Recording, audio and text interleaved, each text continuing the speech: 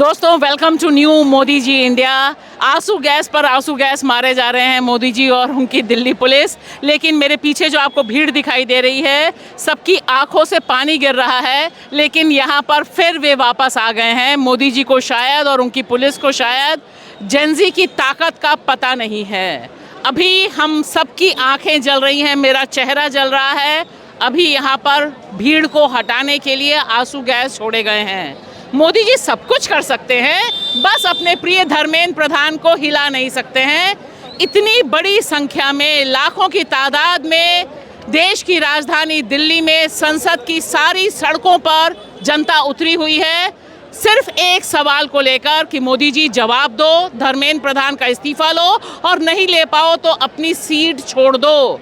अब आप देखिए, आंसू गैस अभी चला है, सबकी आंखें, चेहरे जल रहे होंगे। लेकिन आप भीड़ के जोश को देखिए, कहीं से भी भीड़ का जोश नहीं कम हुआ है।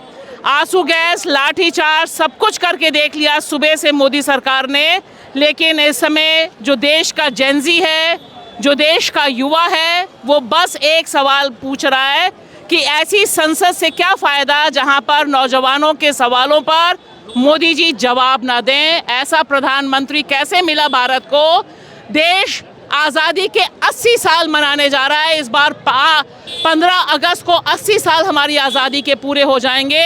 और ये जो भीड़ है, जो सवाल लेकर आई है, जिससे सरकार एक शब्द बात करने को तैयार नहीं है, आंसू गैस पर आंसू गैस फेंकी जा रही है, लेकिन जवाब नहीं दे रहे। ऐसा क्या गुत्थी है मोदी जी? हर चीज़ पर ट्वीट करते हैं आप, तो देश विदेश में जाकर मैथ्स भी पढ़ा देते हैं। ये देश के नौजवान हैं, इनको भी कुछ पढ़ा दीजिए, बात तो कर लीजिए कम से कम।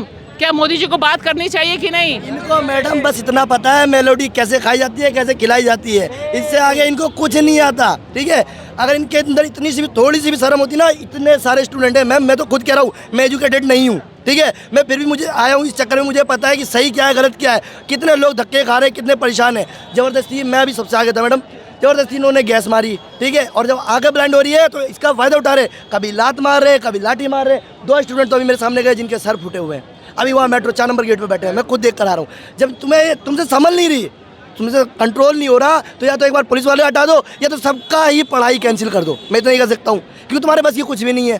तो अब आप देखिए, देश आज़ादी के 80 साल मनाने जा रहा है। आज 20 जुलाई है, 15 अगस्त को इंडिया एट 80 मोदी जी भव्य दिव्य आयोजन करेंगे। लेकिन इस भव्य दिव्य आयोजन की तैयारी क्या देश के नौजवानों, उनके भविष्य को चौपट करके होगी? क्या देश के नौजवान का कोई क्लेम नहीं है? आंसू गैस पर आंसू गैस चल रहे हैं, लेकिन अब मोदी जी अपनी क्रिमिनल साइलेंस को तोड़ने को तैयार नहीं है।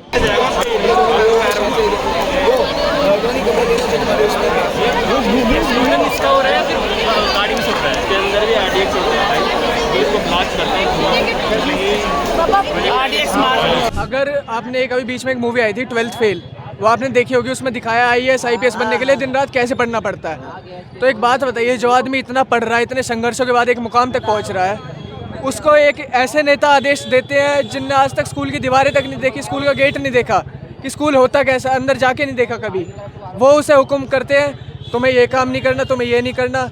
क्या एक बात बताइए ना, ये चीज़ें सही हैं? ये सही है डेमोक्रेसी है पूरी?